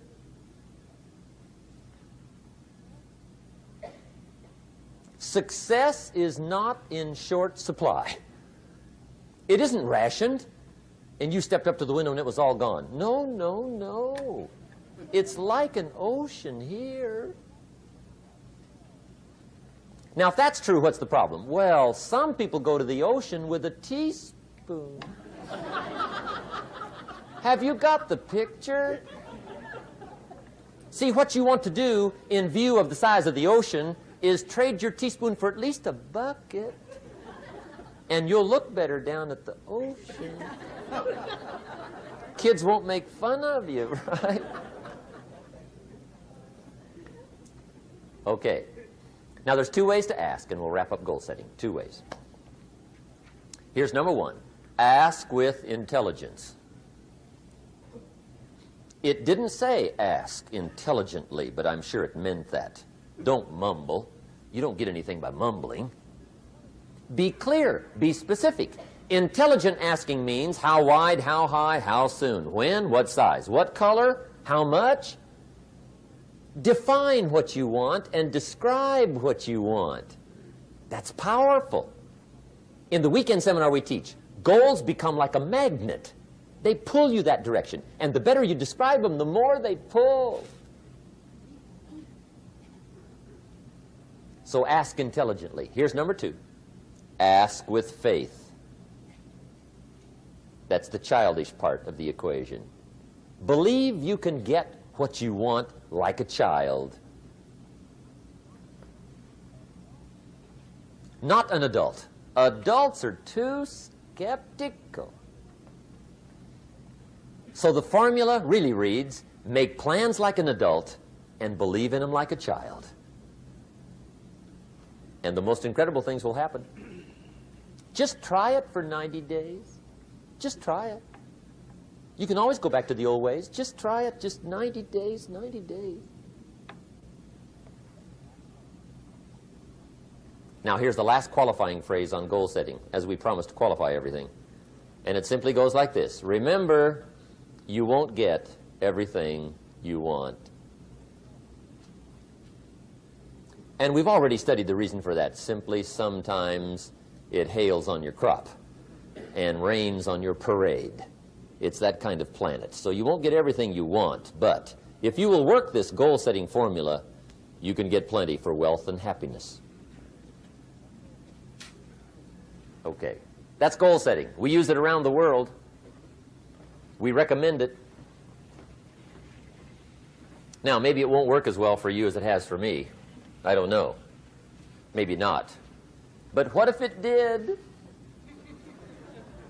You got to try. Okay. Here's the last subject, the day that turns your life around. Let me just quickly give you a list of 4 emotions that can change your life in one day. Emotions are powerful. Sometimes it doesn't take much to alter your whole life direction.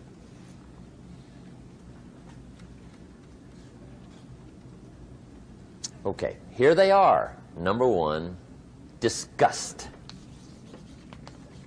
Powerful emotion. Disgust says, I have had it. See, that could be the day. The day you can say, I've had it. And whether you've had it with something small or something major, the day you can say, I've had it, may not be the day it ends, but the day it begins. That's what I said when that little Girl Scout left my door when I'm 25. I give her the big lie, she leaves, I say, I don't want to live like this anymore. I've had it with lying and being broke. Powerful day. The man's finally had it with mediocrity. He's had it with being a loser. He's finally had it with those awful sick feelings inside, knowing his wife is at the grocery store looking at 2 cans of beans, one marked 37 cents, one marked 39 cents. And the guy sick inside knows his wife's going to buy the 37-cent can, and she doesn't even like the brand. Do you know why she's going to buy the 37-cent can? To save 2 cents. The guy sick inside finally says, I've had it. Being on my knees in the dust looking for pennies, we're not living like this anymore.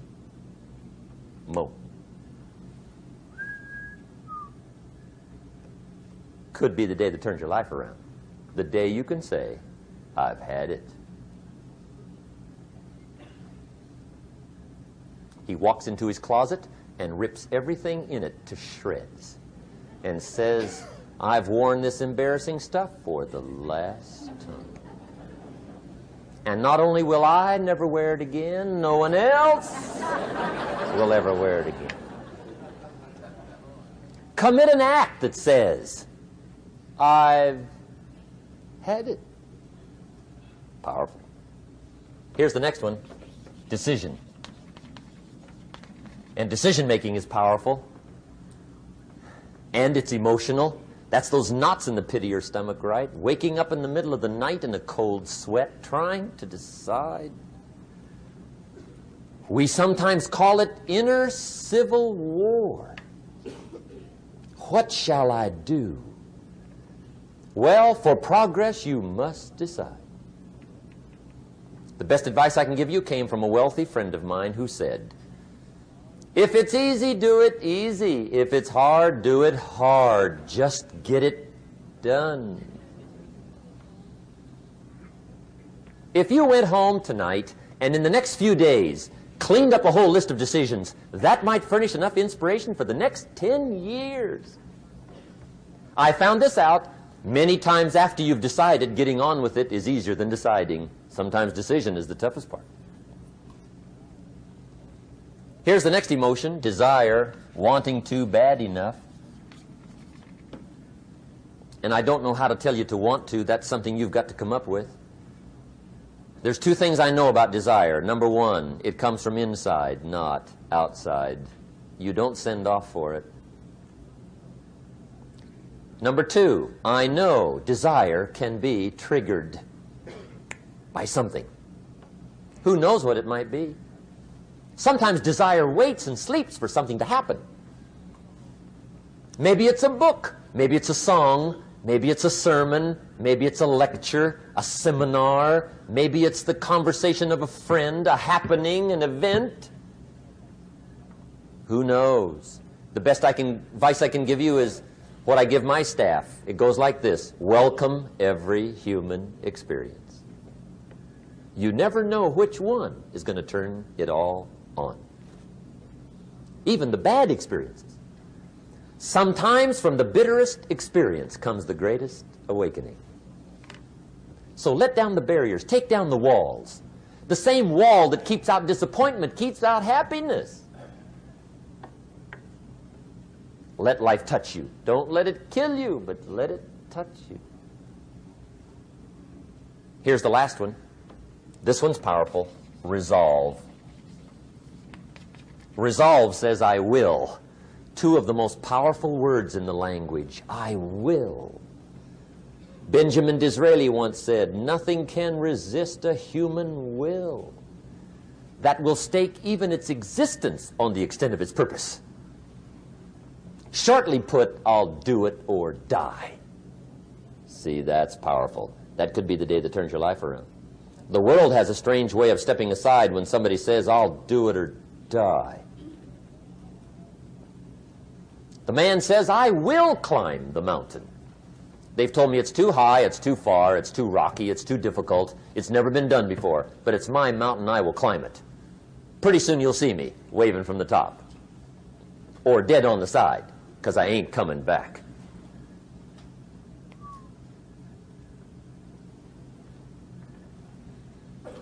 The best definition I ever got from the word resolve came from a little junior high girl in Foster City, California, up north. I'm talking to the junior high kids one day.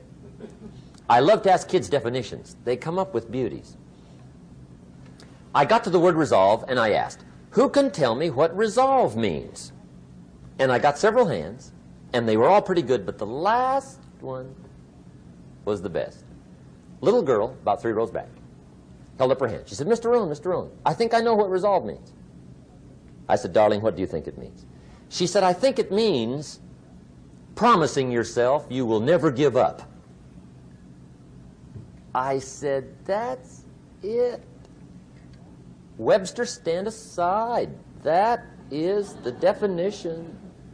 Promise yourself you will never give up. I asked the kids, how long should a baby try to learn how to walk?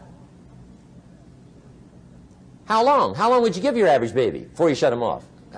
How long? See, any mother in the world would say, you're crazy. My baby's going to keep trying until it learns how to walk. What a magic formula.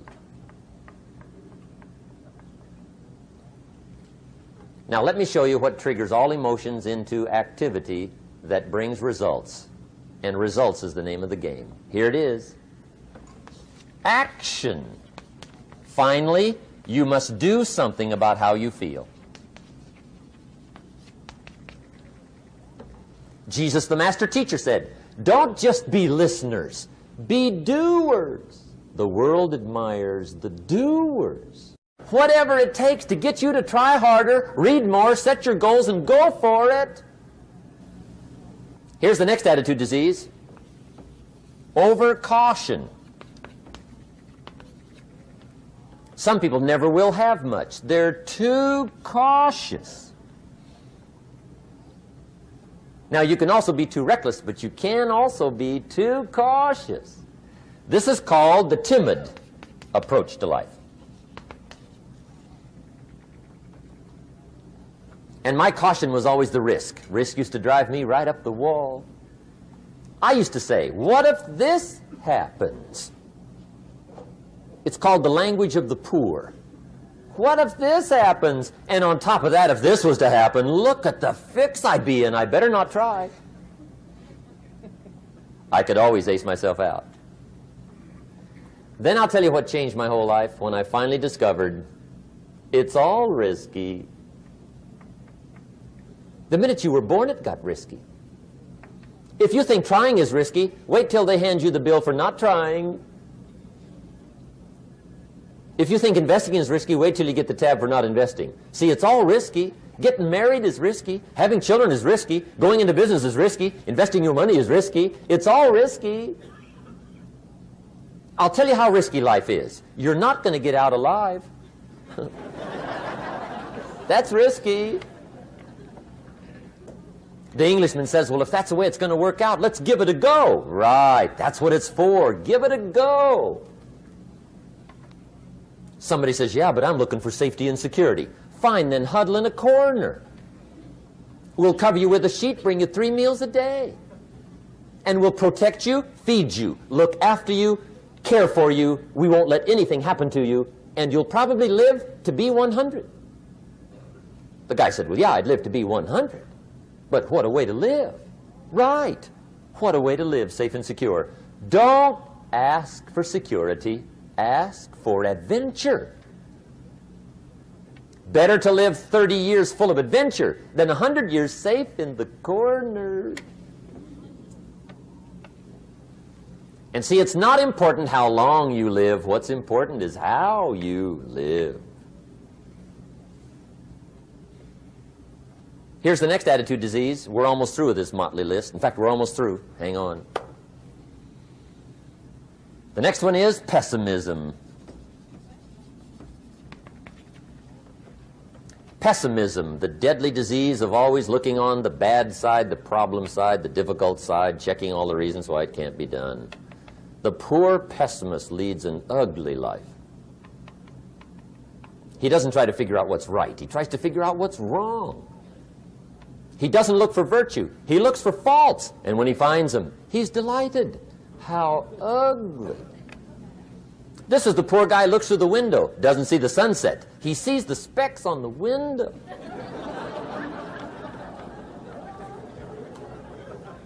And this is the poor guy, right, who rushes up, takes such leave of his senses. This guy rushes up and he says, I've got 5 good reasons why it won't work. He's so dumb he doesn't know. All he needs 1. He's got 5.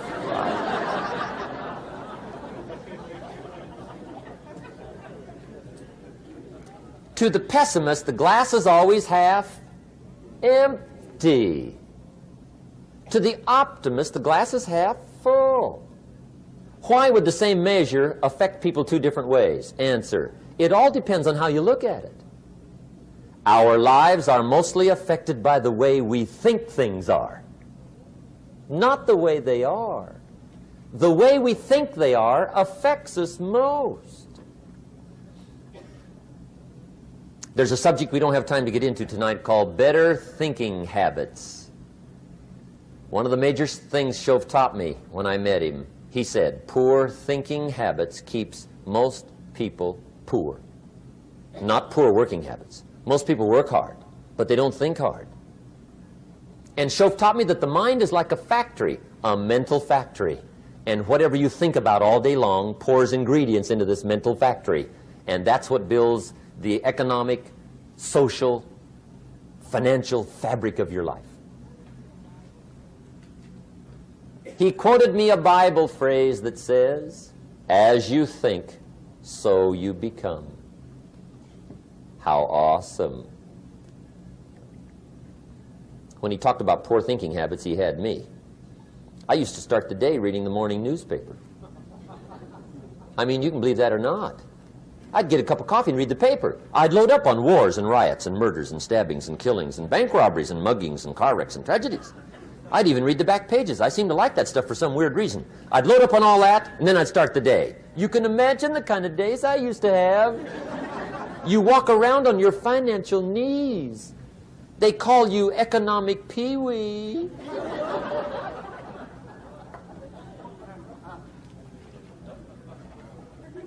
The guy says, I want to be a great leader. Wonderful. The first thing we do is follow him to his house.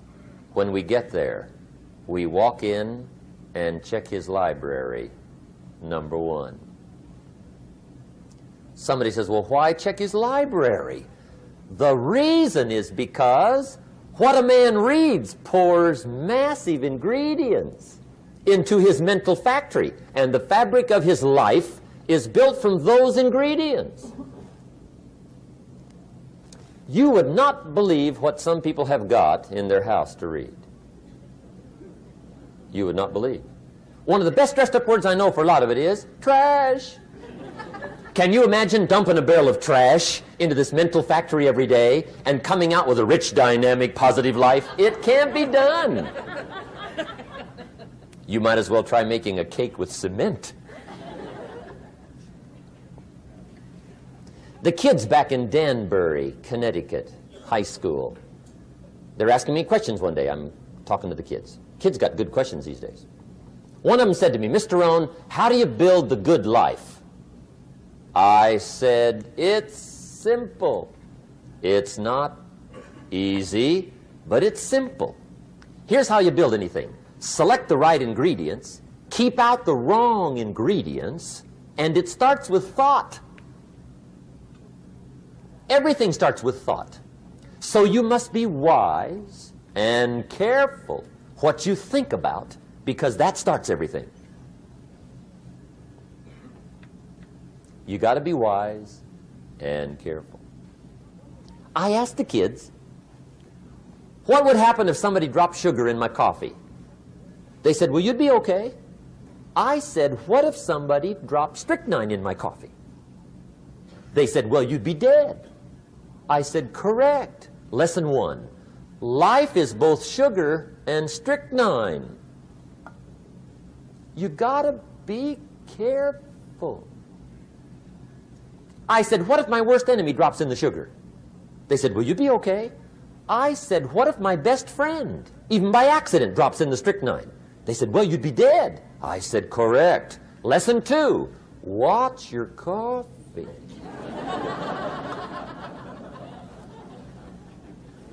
You got to be careful. See, it doesn't matter who hands you the bad stuff. It doesn't matter where you get the bad stuff. It'll still do its damage on your bank account, wherever you get it.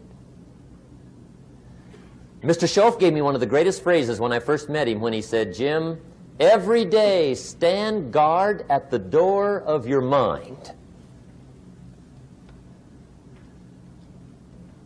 How important. Stand guard at the door of your mind. And you decide what goes into your mental factory. Don't let anybody just dump anything they want to in your mental factory, because you've got to live with the results. Okay, here's the last disease, and we're through with this list. In fact, we're almost through. Hang on. The last subject is very brief. The last disease, but this one is deadly. Engage in this one, indulge in it even slightly, and you might as well forget the future, because it's going to forget you. Complaining, crying, whining, griping, a Bible word called murmuring. See, that'll ace your future. Spend 5 minutes complaining, and you have wasted 5. And you may have begun what's known as economic cancer of the bone. Surely they will soon haul you off into a financial desert and there let you choke on the dust of your own regret. I hope I said that well, so you won't forget. It's a deadly disease. If you don't think it's bad, ask the children of Israel of Old Testament fame. Typical of us all, their story just happened to get in the book. Story says, children of Israel were slaves. God performed a series of dazzling miracles and got them out. And now they're heading for the promised land. Remember the story? Heading for the promised land. Tragedy of the story, they never got there. Reason. From day one, they started to complain. They griped about the water. They griped about the weather. They whined and cried and griped about the food. They griped about the leadership. They whined and cried because it was too far, too cold, too hot, too difficult, too miserable. I mean, they whined and cried for years. Finally, God said, I've had it, trip canceled. Or something like that. The story says they died in the desert, never got to the promised land. Which I think means 2 things. Indulge in this long enough, you get your future canceled. And I guess it also means even God himself can only take so much.